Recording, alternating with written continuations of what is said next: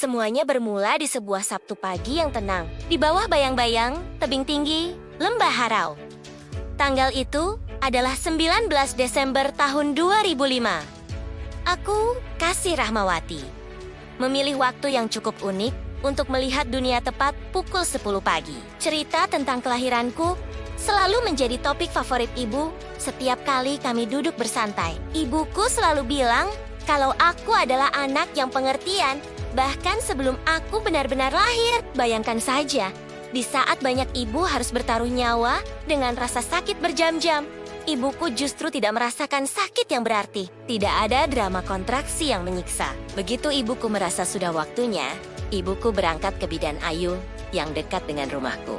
Begitu kaki melangkah masuk ke tempat bidan si liAllah alam sudah merestui, aku langsung lahir begitu saja, tanpa hambatan, tanpa rasa sakit yang berlebih bagi ibuku. Kelahiran yang begitu tenang di hari Sabtu itu seolah menjadi doa bahwa langkah hidupku ke depan akan selalu dimudahkan. Aku tumbuh besar di tengah keluarga yang sederhana. Kesederhanaan itulah yang menjadi guru pertamaku tentang arti bersyukur.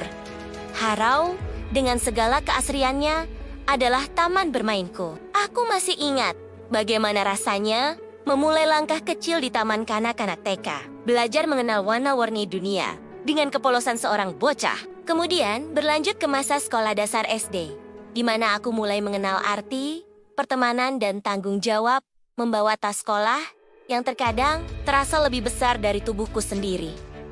Memasuki masa SMP dan SMA, fase pencarian jati diri dimulai. Sebagai anak yang lahir di tengah keluarga sederhana, aku sadar bahwa pendidikan adalah satu-satunya jembatan untuk mengubah nasib. Ada masa-masa sulit, ada saat di mana aku harus belajar lebih keras dari yang lain. Namun bayangan wajah ibuku dan cerita tentang betapa mudahnya aku lahir selalu menguatkanku. Aku merasa tidak boleh menyerah pada keadaan. Karena kehadiranku di dunia ini saja sudah dimulai dengan sebuah keajaiban kecil. Tahun-tahun di SMA adalah masa di mana mimpiku mulai terbentuk nyata. Aku bukan lagi gadis kecil yang berlarian di tepi sawah Harau, melainkan seorang remaja yang mulai menatap masa depan dengan serius. Hingga akhirnya, langkah kaki itu membawaku ke dunia perkuliahan. Sekarang, di usia 20 tahun, aku berdiri sebagai seorang mahasiswi. Angka 20 ini terasa begitu magis. Ini adalah usia di mana aku bukan lagi anak-anak,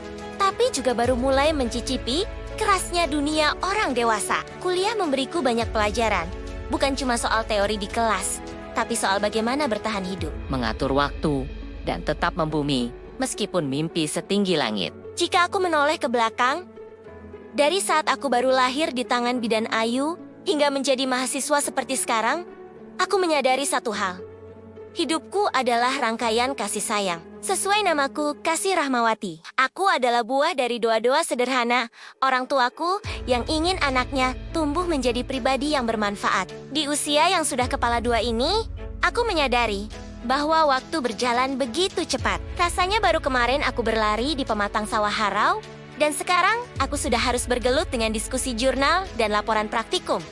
Tekadku sudah bulat. Aku tidak ingin menjadi mahasiswi yang biasa-biasa saja. Aku ingin setiap ilmu yang kuserap menjadi bekal untuk mengubah nasib keluarga. Semoga aku sukses dalam setiap langkah kecil yang kuambil di kampus ini. Aku selalu memohon kepada Tuhan agar diberikan kemudahan dalam memahami pelajaran, ketenangan dalam menghadapi ujian, dan kekuatan untuk terus konsisten.